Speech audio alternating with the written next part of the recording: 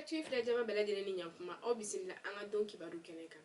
An bɛ tɛnɛ don la septembre kalo tile 27 san 2021. Hukumu kɔnɔna la kibaruya min b'an bolo ka lase aw ma bi. An ka premier ministre n'o ye Choguel Kokala Mayiga ale kɔni tagala nanzara jamana na précisément États-Unis New York mara la. A taara bɛn ni Nations Unies mɔgɔw ka jamanajɛ dɔ ye. Ni ye jamanajɛ in siɲɛ 76nan de ye. Choguel Kokala Mayiga kɔni turu selen ale ma ale ye kuma caman fɔ. A kumana Mali situation kan. Sɛgɛn bɛ maliyɛndenw kan Choguel Kokala Mayiga kɔni ye caman fɔ o kan. A y'a yira k'a fɔ maliyɛnw kɔni sɛgɛnnen don ni y'a san 8 ye. ONU b'an bolo yan nɔ, MINUSMA b'an bolo yan nɔ, ko wa ko Faransi ka force wɛrɛ bɛ yan nɔ ko n'o tɔgɔ ko Takuba. Ko nka ko ninnu bɛɛ lajɛlen faralen ɲɔgɔn kan kɔni k'a ma résultat kɔni di maa ma min bɛ mɔgɔw lase wa. Ko barisa ko dugu dɔw yɛrɛ kɔni bɛ yen kɔni olu tɔgɔ yɛrɛ t'a la ka fɔ bilen. Barisa olu dugulamɔgɔ bɛɛ sara. Ko Faransi b'an bolo yan nɔ a kɔni bɛ san 8 bɔ ko wa fana ko o bɛɛ lajɛlen talen kɔfɛ ko Faransi y'a yira k'a fɔ k'u bɛ fɛ ka taa. Ko ni Faransi ko k'olu bɛ taa ko bon munna n'olu fana ko k'olu bɛ wele lase mɔgɔ wɛrɛ ma. Ko o kɔni man ka kɛ fɛn min kɔni bɛ digi Faransi la ko barisa aw ko k'aw bɛ taa ni mɔgɔ wɛrɛ sɔrɔla mɔgɔ wɛrɛ min b'an dɛmɛ ko man ka fɛn kɛ.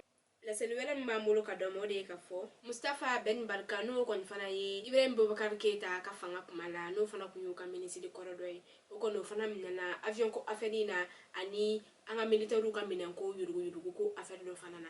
Barisa aw bɛɛ b'a kalama cogo min na Sumelu Bubel Mayiga, Madame Boire Fili Sisoko ale ni Mahamadou Kamara olu kɔni minɛla avion ko affaire in na. Ko convocation kɔni tira Mustapha Ben Barka kɔni ma Cour suprême ma o fɛ k'ale fana ka taga jaabi la. Maa kɔni t'a dɔn a ko kɔni bɛna laban cogo min na. Sergei Lavrov ye n'o kɔni fana ye Rusiw ka ministre dɔ ye. O kɔni fana y'a yira k'a fɔ ko kɔni y'a mɛn k'a fɔ i n'a fɔ tɔw fana y'a mɛn cogo min na ko Mali bɛ ka négociation dɔ kɛ ni Rusi dɔw ye n'olu tɔgɔ ko groupe Wagner ko a bɛ maliyɛnw ni o Rusiw de kɔni cɛ ko nka k'olu yɛrɛ kɔni autorité Rusi kɔni k'olu da tɛ ko in na wa olu tɛ a ko kalama. Ko nka k'ale yɛrɛ kɔni hakilina na kɔni ko ni mɔgɔ sɔrɔla mɔgɔ min bɛ se ka maliyɛnw dɛmɛ k'u bɔ u ka nin jahadenw kɔnɔ k'u bɔ u ka nin sɛgɛn kɔnɔ k'ale bolo ko kɔni tɛ kojugu ye. Ko barisa k'a yɛrɛ k'a fɔ ko maliyɛnw sɛgɛnna kosɛbɛ a bɛ san caman bɔyan ko bɔ. Ko nka k'olu m'a fɔ ko négociation tɛ olu ni maliyɛnw cɛ ko négociation wɛrɛ b'olu ni maliyɛnw cɛ n'o ye kɛlɛminɛnko ta fanfɛlaw ye n'o ye marifako ye a n'a ɲɔgɔnna caman. Ko nka ko min ye Rusi ko in ye k'u kɔni négociation kɔni tɛ olu ni maliyɛn autorité cɛ. Ko nka ko Wagner kɔni fana bɛ bɔ Rusi la k'o bɛ bɔ olu yɛrɛ fɛ yen nɔ ko nka k'olu kɔni fana tɛ o négociation ko kɔni kalama. Sergei Lavrov ye ale kɔni y'a fɔ ka pepe latigɛ ka yira k'a fɔ kɔni ko Rusi la kɔni da tɛ Wagner ko in na ko Wagner ko in kɔni olu kɔni fana bɛ k'a mɛn i n'a fɔ tɔw b'a la k'a mɛn cogo min na.